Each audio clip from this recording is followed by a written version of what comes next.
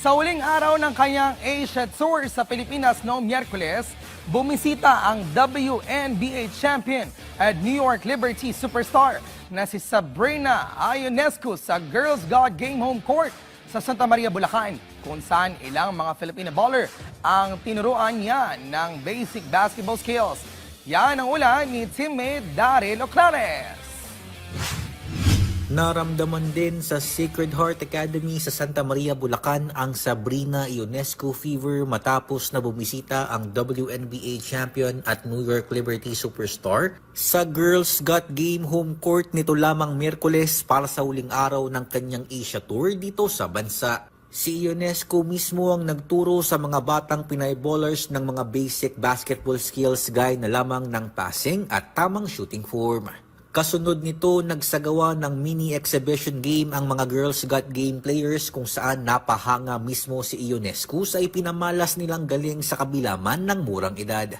Kabilang sa mga batang Filipino hoopers na maswerteng nakasama sa training clinic ni Ionescu ay ang 13-year-old na si LJ Makiraya at ang 12-year-old na si Chulsi Kalub.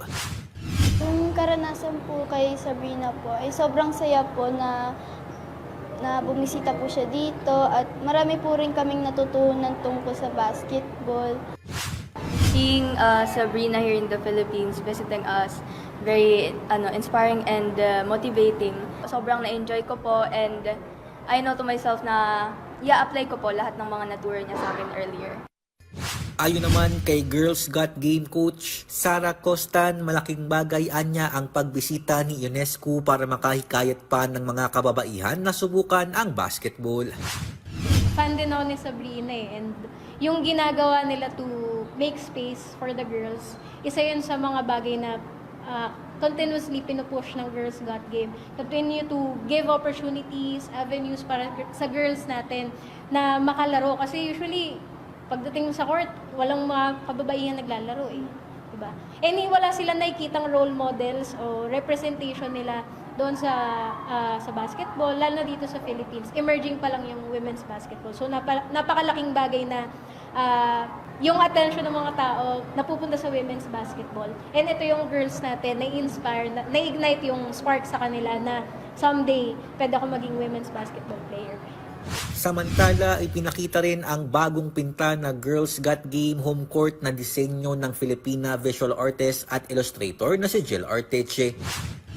For the outdoor courts, it's heavily inspired by Sabrina's resilience and dedication for her game, which has allowed her to break barriers, right? Which is the title of the court, the outdoor court.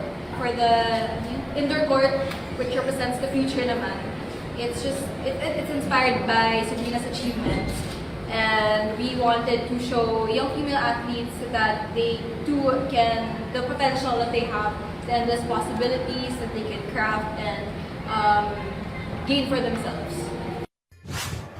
Sa naging 3 araw na pagbisita ni Sabrina Ionescu dito sa Pilipinas, tiyak na maraming Filipina ballers ang nabigyan ng inspirasyon. Malaking hakbang ito para sa patuloy na pag-usbong ng women's basketball dito sa bansa. Mula rito sa Girls Got Game Home Court sa Santa Maria, Bulacan, Daryl Oclares para sa atletang Pilipino para sa bagong Pilipinas.